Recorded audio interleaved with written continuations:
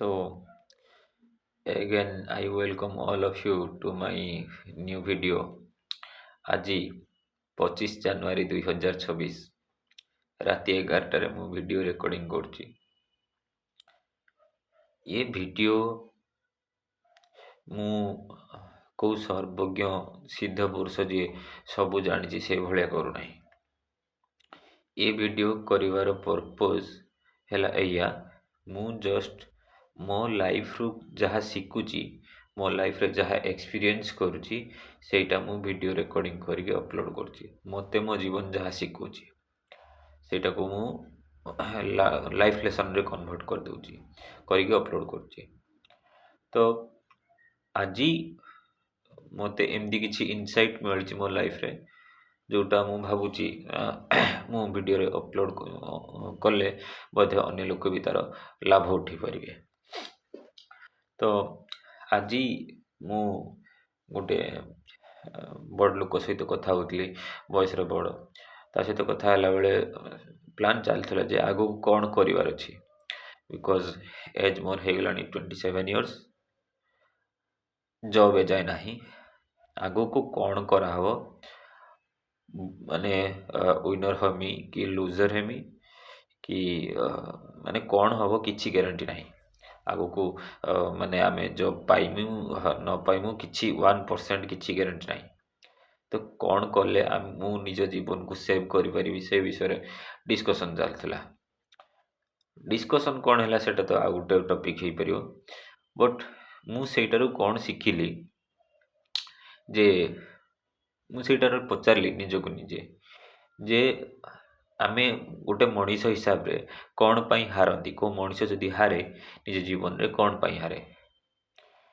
ଦୁଇଟା କାରଣ ପାଇଁ ମୁଁ ଅବଜର୍ଭ କରିଥିବା ଦୁଇଟା କାରଣ। ଫାର୍ଷ୍ଟ କାରଣ, ମଣିଷ ରେକଗ୍ନାଇଜ୍ করতে ফাইন্ড আউট করতে চেষ্টা করেনি যে সে অ্যাকচুয়ালি তার লাইক্স କ'ଣ, ଡିସଲାଇକ୍ସ କ'ଣ, ତାର ହେଉଛି ୱିକନେସ୍ କ'ଣ, ଷ୍ଟ୍ରଙ୍ଗ ପଏଣ୍ଟ କ'ଣ, ତାର ପସନ୍ଦ କ'ଣ, ନା ପସନ୍ଦ କ'ଣ, କେହି ଡିସାଇଡ଼୍ করতে চেষ্টা କରନ୍ତିନି, ଫାଇଣ୍ଡ ଖୋଜନ୍ତିନି କେହି। ତ ସେମାନେ ମାନେ ଗୋଟେ ଏମିତି ଗୋଟେ ନୌକା ଯେଉଁଟା ସମୁଦ୍ରରେ, ଗଭୀର ସମୁଦ୍ରରେ ପୁରା ଫସିଯାଇଛି ସେଇଭଳିଆ ହେଇଯାଆନ୍ତି, କନଫ୍ୟୁଜ୍ ହେଇଯାଆନ୍ତି ସିଏ। ୱିନର୍ ସିଏ ହୁଏ ଯିଏ ନିଜ ଜୀବନରେ କେବେ କନଫ୍ୟୁଜ୍ ହୁଏନି। ବଟ୍ ଆମେ ଏତେ ଆମ ମାଇଣ୍ଡରେ ଲାଇକ୍ସ ଆଣ୍ଡ ଡିସଲାଇକ୍ସକୁ ନେଇକି କ୍ୱେଶ୍ଚନ୍ ଥାଏ, ଆମେ ଜାଣିପାରନ୍ତିନି ଯେ ଆମେ ଯାଉଛନ୍ତି ତ କୁଆଡ଼େ ଯାଉଛନ୍ତି ଆଉ କୁଆଡ଼େ ଯିବା ଉଚିତ। ସେଇମାନେ ଫସିଯାଆନ୍ତି। ନମ୍ବର 1। ପଏଣ୍ଟ ନମ୍ବର 2, କାହିଁକି ଆମେ ଯେ ଫସନ୍ତି ଯେ ତା'ର ସେକେଣ୍ଡ ନମ୍ବର କାରଣ ହେଉଛି ଆମେ ଆମ ଜୀବନରେ ଯାହା ଯାହା ସବୁ କରନ୍ତି, ସେ କେଉଁ ଏଣ୍ଟରଟେନମେଣ୍ଟ ହେଇପାରେ, କେଉଁ ହବି ହେଇପାରେ, ନହେଲେ କେଉଁ ଗୋଟେ କାମ ହେଇପାରେ, କିଛି ବି ହେଇପାରେ। ବଟ୍ କେଉଁ କାମ କି ଏଣ୍ଟରଟେନମେଣ୍ଟ କି ହବି ତାକୁ ଆମେ ଆମ ଜୀବନର ଆମ ଯେଉଁ 24 ଘଣ୍ଟା ପାଉଛନ୍ତି ଡେଲି, ତା'ର କେତେ ସମୟ ସେଇ କାମଟାକୁ ଆମେ ଦେଉଛନ୍ତି। ସେଇ କାମଟା ହେଉଛି ଇମ୍ପୋର୍ଟାଣ୍ଟ, ଯେଉଁ କାମଟା ଆମେ ତାକୁ ବେଶୀ ସମୟ ଦେଉଛନ୍ତି। ତ ଯଦି ଆମେ କେଉଁ ଇମ୍ପୋର୍ଟାଣ୍ଟ କାମକୁ ଆମେ ବେଶୀ ସମୟ ଦେଉଛନ୍ତି ତାହେଲେ ଆମେ ଜୀବନରେ ଆଗକୁ ବଢ଼ୁଛନ୍ତି। ଯଦି କେଉଁ ଫାଲତୁ କାମରେ ଆମେ ବେଶୀ ସମୟ ଲଗାଇ ଦେଉଛନ୍ତି, ଆମ ଜୀବନର ଫାଷ୍ଟ ପାର୍ଟଟା ମାନେ ଆମ 24 ଘଣ୍ଟାର ଫାଷ୍ଟ ପାର୍ଟଟା ଆମେ ଲଗାଇ ଦେଉଛନ୍ତି, ତାହେଲେ ଆମେ ସକ୍ସେସ୍ ନୁହେଁ ବରଂ ଫେଲୁଅର୍ ଆଡ଼କୁ ଦେଉଛନ୍ତି। ତ ଏଇଟା ଆମେ ଚିନ୍ତା କରିବା ଦରକାର ଯେ ଆମ ଜୀବନର କେଉଁ ପାର୍ଟ ମାନେ କେଉଁ ଆକ୍ଟିଭିଟିଟା ସବୁଠୁ ଅଧିକା ସମୟ ଆମର ଟାଣି ନେଉଛି। ସେ ସମୟକୁ ବଞ୍ଚେଇକି ରଖିବା ପାଇଁ ଚେଷ୍ଟା କରିବା ଦରକାର। କାରଣ ଇଏ ସମୟ ହେଉଛି ବୋଧେ ସବୁଠୁ ମୂଲ୍ୟବାନ ଜିନିଷ ଯେଉଁଟା ଆମେ ଖର୍ଚ୍ଚ କରିଦେଉଛନ୍ତି। ସବୁ ଆସିପାରିବ, ଆମ ୱେଲ୍ଥ ଫେରିକି ଆସିପାରେ ଚାହିଁଲେ, ଆମ ହେଲ୍ଥ ଚାହିଁଲେ ଫେରିକି ଆସିପାରେ, ଯାହା ଯାହା ସବୁ ଆମେ ଚାହୁଁଛନ୍ତି ଦିନେ ନା ଦିନେ ଫେରିକି ଆସିବ। ବଟ୍ ଗୋଟେ ଜିନିଷ ଆସିବନି, ସେଇଟା ହେଉଛି ସମୟ।